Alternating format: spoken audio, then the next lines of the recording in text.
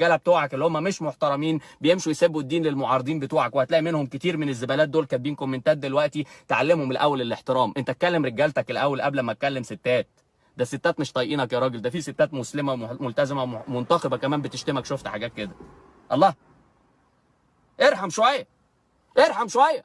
مش عشان رحت الجيم تمشيها كده كلها، هي مش عافيه اصلها، وانت كده كده عافياجي فاضي، يعني قصدي ما عندكش حاجه جديده تقولها، ما بتقولناش كلام مفيد يخلي الفيمينست تقول واو والله طب ما الراجل ده جامد.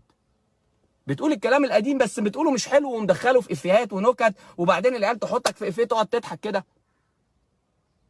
وتيجي تتكلم على الاغتصاب الزوجي بدل ما تركز. يا جماعه بطلوا تضربوا، لان انت عارف ان في رجاله كتير بتضرب، لان احنا فاهمين ان المجتمع اصلا منتشر فيه ظاهره الضرب، وبالتالي اي قوي بيقصاد اي ضعيف بيخرج عن مشاعره بيضرب وبيتحجج ان هو بيخرج عن مشاعره، مع انه كان قادر ما يخرجش عن مشاعره ويوقع الايذاء على اللي قدامه. ولو عمل كده مره يقدر يرجع يحاسب نفسه ويزود العقوبه على نفسه عشان ما يمدش ايده على اللي قدامه. الله، وانا مش راجل ومش فاهم ولا ايه؟ اي راجل يقدر يمد ايده على اي ست ويكسرها. فبقى ده معناه ايه؟ ان الراجل اللي يستمرئ مد ايده على الستات عشان يكسرهم ده مش راجل اصلا. واللي يقعد وسط كل معركه يذكرنا ان يا جماعه لازم ناخد بالنا من مشكله الستات اللي بتعمل كذا وسط الستات ما هي بتتضرب في المعركه، ده راجل وسخ اصلا، مش نضيف. مهما قال على نفسه نضيف، مهما قال على نفسه نضيف، لانه مش نضيف.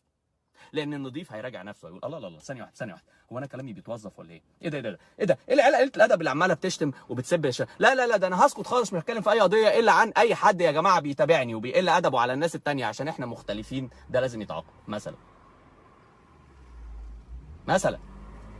ها؟ فاهم انا بقول ايه يا عم الشيخ؟ انك انت تطلع تقول اي حد بيقل ادبه على الناس اللي انت عارفين يا جماعه انا لما بلاقي حد بيقل ادبه على الناس اللي بتتابعني بعمل لهم بلوك. طب النهارده في واحد قلل ادبه على الشيخ عشان رد عليا وانا في خناقه معاه، والله العظيم عملت للواد ده بلوك، لانه انا ما اقبلش. انا في خناقه معاه ما تخشش انت تشتمه. ده شغل الرجوله يا عم الشيخ، تفهم انت في الرجوله دي ولا اجي اعلمها لك بالراحه؟ اصل الرجوله مش في الجيم خالص خالص خالص.